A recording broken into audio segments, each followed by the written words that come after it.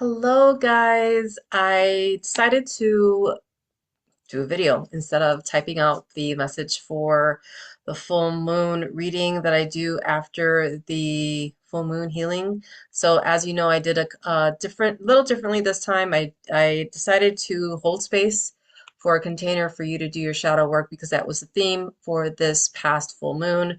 I apologize for getting this too late because I wasn't feeling well and it was super busy this weekend, and this is why am putting this out later than I would have liked.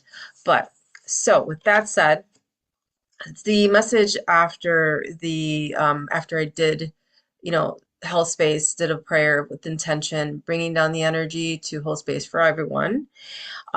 We have the Page of Cups. Okay, if you can see that clearly, hopefully that's not just, there we go. Page of Cups.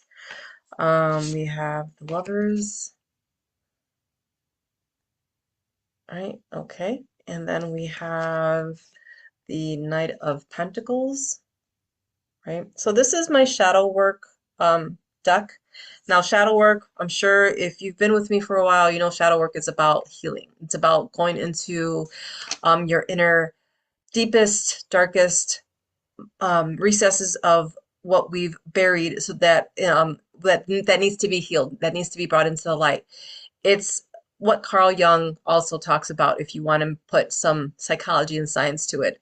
So there is, it's things that we naturally know how to bring about and heal when it's needed. It organically comes about sometimes, most times. Sometimes we purposely and intentionally do that. So again, shadow work deck. And so the Page of Cup connects to your inner child, kind of connecting back to what you really need the most, right?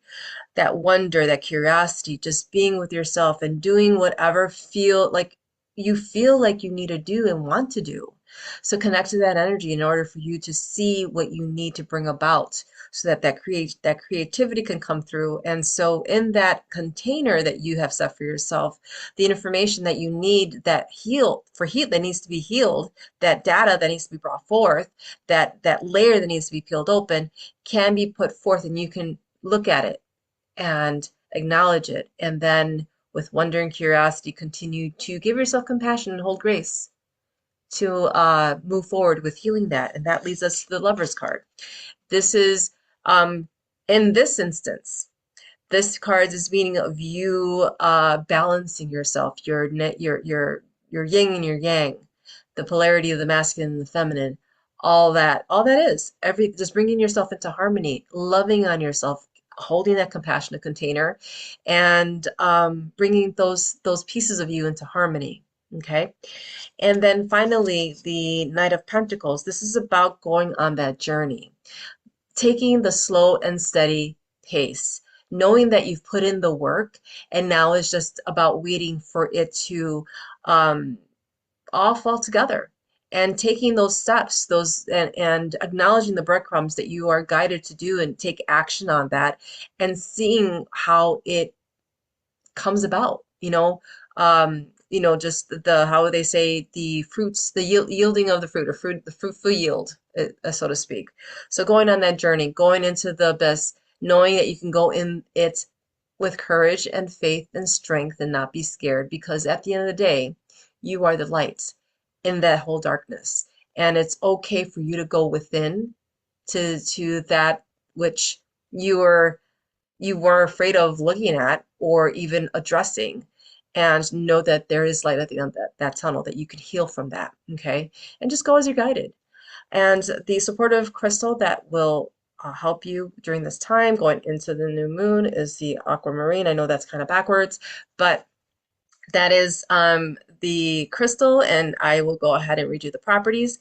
So it is the throat and heart chakra. So again, the theme of is all connecting what you're feeling to what you're saying. So being mindful of how you speak, expressing yourself authentically, right? The zodiac signs are Aries and Gemini and Pisces. We're going to go into the new moon in Aries. You can't make this up, okay? Um, and element is water, dealing with the deep recesses of our emotions, our emotional body, healing that. Uh, we're going into the numerology. We're working with a number one, new beginnings, again, going into the new moon phase. This is funny how this kind of ties into that. And the planetary aspects here are Neptune and the moon. So working with the moon as well, just working for your with your emotional side, working with the those energies. Physical healing properties is alleviates overreactions such as hay fever or allergies, helpful to sore throats, swollen glands and thyroid problems, regulates hormones and growth, guards both mother and baby from harm during pregnancy. So if you're pregnant, it also helps with that. So mental and emotional healing properties reduces stress and quiets the mind, good for meditation, has an affinity with sensitive people. So most of you, I would say 100% of you are sensitive, so this will definitely help you, especially if you're feeling extra sensitive.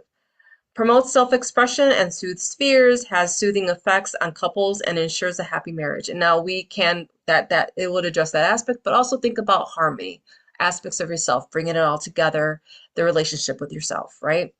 Spiritual healing properties sharpens intuition and opens clairvoyance. A wonderful for meditation, connects to the beautiful and healing power of the ocean, and represents happiness, hope, and everlasting youth. So the affirmation for this recommendation is I express myself without compromise and listen with loving intent. So hopefully this serves you in this leg of this cycle. And going into further down the road of healing, this will definitely, these are tools and trips and just guidance as insight to what are the energies you are working with. And yeah, so if you have any questions, feel free to respond to this email, and I'll be more than happy to answer any questions you have. Until next time, much love. Mwah.